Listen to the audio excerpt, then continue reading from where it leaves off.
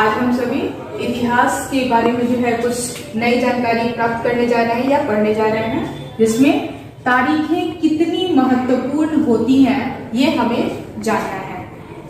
इसमें सबसे पहला पॉइंट हमारा है, इतिहास को तारीखों का पर्याय माना गया है।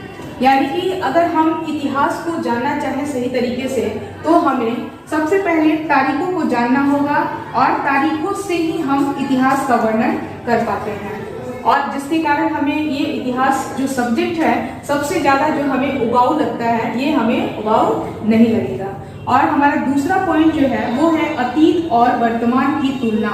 यानी कि जो भी घटनाएं हुई हैं वो अतीत में कैसे हुई हैं और वर्तमान में उसमें क्या परिवर्तन आया है, इस चीज को हम लोग जो है अतीत और वर्तमान की तुलना करके जानकारी प्राप्त कर सकते हैं। तीसरा हमारा पॉइंट है वो है घटनाओं की जानकारी।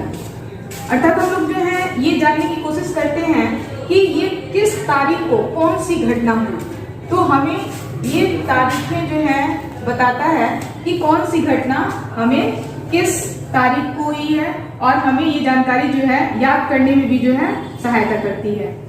हमारा अगला पॉइंट है राजा रानी की जन्म तिथियां। तो ये जन्म तिथियां हमें ये बताती हैं कि कब किसी भी राजा का जन्म हुआ या रानी का जन्म हुआ, उनके कब ताजपोशी हुई, ये सारी चीजें जो हैं हमें राजा रानी के बारे में जो है तिथियों के माध्यम से या तारीखों के माध्यम से पता चलता है। और अगला हमारा पॉइंट है शासक की उपलब्धियां। अर्थात किस शासक के द्वारा अपने शासन काल में कौन सी उपलब्धियां प्राप्त की गई हैं, कौन कौन सी नई चीजें जो हैं उन्हें प्राप्त हुई हैं या किस तरह के नए कार्य उन्होंने किया है, ये सारी चीजें हमें तारीखों से पता चलता है कि किस शासक ने किस सन में कौन सी उपलब्धि प्राप्त की है। अगला हमारा जो है नेक्स्ट पॉइंट है शासन व्यवस्था की नीतियां। अर्थात किस शासन ने किस शासक के द्वारा कौन से शासन व्यवस्था में कब कौन सी नीति अपना करके अपने राज्य का विस्तार उन्होंने किस तरह से किया है, ये हमें इन तारीखों के माध्यम से ही स्पष्ट रूप से समझ आती है कि कब किस शासक के द्वारा कौन सी नीति अपनाई गई और अपने प्रशासन का जो है सही ढंग से इस्तेमाल किया गया। अगला हमारा पॉइंट है वो है नए शासकों का आगमन या कार्यकाल।